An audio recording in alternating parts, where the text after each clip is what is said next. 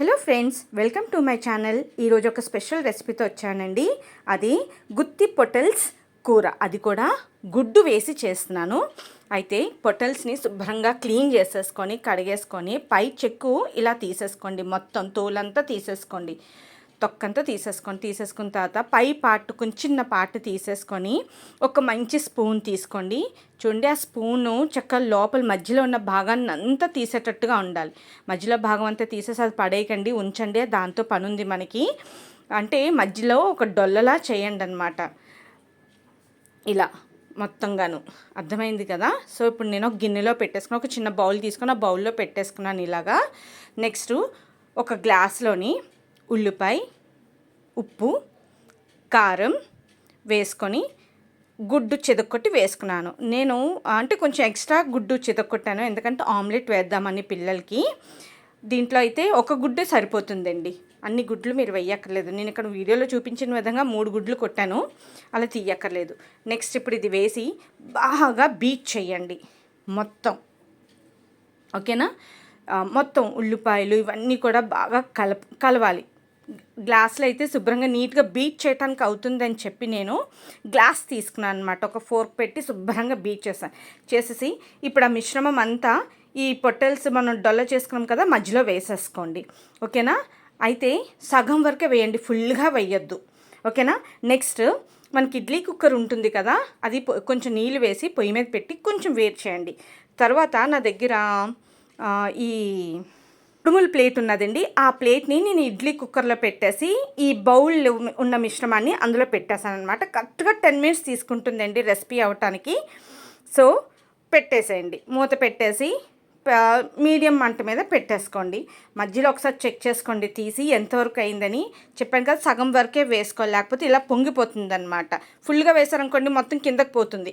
So సగం వరకు వేస్తే ఇలా పొంగి ఉంటుంది. సో ఇంకొంచెం ఉడకాలి నాకు, అది మెత్తబడాలి ముక్క. సో ఇప్పుడు మళ్ళీ పెట్టేసి ఈలోపు నేను ఉల్లిపాయలు, పచ్చిమిర్చి సన్నగా తరుక్కున్నాను, ఫైన్గా, చాలా సన్నగా తరుక్కోండి, ఎంత చిన్నగా తరుక్కుంటే అంత మంచి. నెక్స్ట్ గార్లిక్, వెల్లుల్లి కూడా ఇలాగా సన్నగా తరుగు పెట్టినాను. ఈలోపు పొయ్యి మీద కడాయి పెట్టేసి అందులో ఆయిల్ వేసేసాను. ఆయిల్ వేసి నెక్స్ట్ టమాటాను కూడా ఇలా ప్యూరీ రెడీ చేసి పెట్టుకున్నాను, చాపర్లో వేసేసి చక్కగా ప్యూరీ తీసేసుకున్నాను. నెక్స్ట్ ఇప్పుడు ఆయిల్ వేడెక్కింది నాకు. కట్ చేసుకున్న ఉల్లిపాయలు ఉన్నాయి కదా, ఉల్లిపాయలు పచ్చిమిర్చి వేసేసుకోండి. ఫస్ట్ కొంచెం ముక్క మెత్తబడుతుంది, అంటే చిన్నగా వేగుతుంది, పచ్చివాసన పోయేంత వరకు అయిన తర్వాత నెక్స్ట్ కడిగిన కరివేపాకు ప్లస్ మనం ఫైన్ చాప్ చేసుకున్న గార్లిక్ ఉంది కదా, వెల్లుల్లి ఉంది కదా, అది కూడా వేసేసి కొంచెం వేపండి. కరివేపాకు మనకి ఒక ఫ్లేవర్ బయటకు రిలీజ్ చేస్తుంది. ఆ టైంలో మనం మ్యాష్ చేసుకున్న టొమాటోస్ ఉన్నాయి కదా, అవి కూడా ఇందులో వేసేసుకోండి. టొమాటోలు కూడా బాగా మగ్గనివ్వండి. ఈలోపు ఒకసారి స్టీమర్ మళ్ళీ చూసుకుందాము అది అయ్యిందా లేదా అని. పర్ఫెక్ట్గా కుక్ అయిందండి. సో ఇంకా స్టవ్ ఆపేసుకుంటాను, నేను పక్క పెట్టుకోండి. టమాటో కూడా బాగా మగ్గిపోయింది. ఇప్పుడు ఈ స్టేజ్లో ఉప్పు, కారం మనకి ఎంత కావాలో అంత తగినంత ఉప్పు, కారం వేసుకోండి.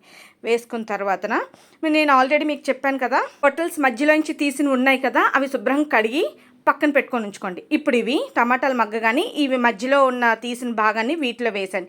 ఇవి కొంచెం మగ్గనివ్వండి, మీకు తెలుస్తుంది ముక్క మెత్తబడుతుంది కదా, అది కొంచెం మగ్గిన తర్వాత కొంచెం నీళ్ళు వేసేసుకొని గరం మసాలా కూడా వేసేసుకోండి. ఇప్పుడు మనకి ఈ స్టీమ్లో మనం ఏవైతే చేసున్నామో పొటల్స్ని, వాటిని ఈ గ్రేవీలో వేసేసుకోండి, ఓకేనా? చక్కగాను మొత్తం వేసేసుకున్న తర్వాత ఒక్కసారి అటు ఇటు కలియబెట్టి చక్కగాను మూత పెట్టేసుకోండి. సో ఒక్క 10 minutes పడుతుంది ఫ్రెండ్స్, దగ్గరికి అయిపోయింది చూసారా. ఇంకా లాస్ట్లో ఉంటే కొత్తిమీర వేసుకొని సర్వ్ చేసుకుంటే ఉంటుందండి, టేస్టు అద్భుతంగా ఉంటుంది, నిజంగానే చాలా బాగుంటుంది కర్రీ. ఒక్కసారి ట్రై చేసి చూసుకోండి.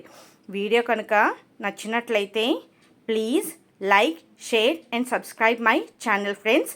ఉంటాను.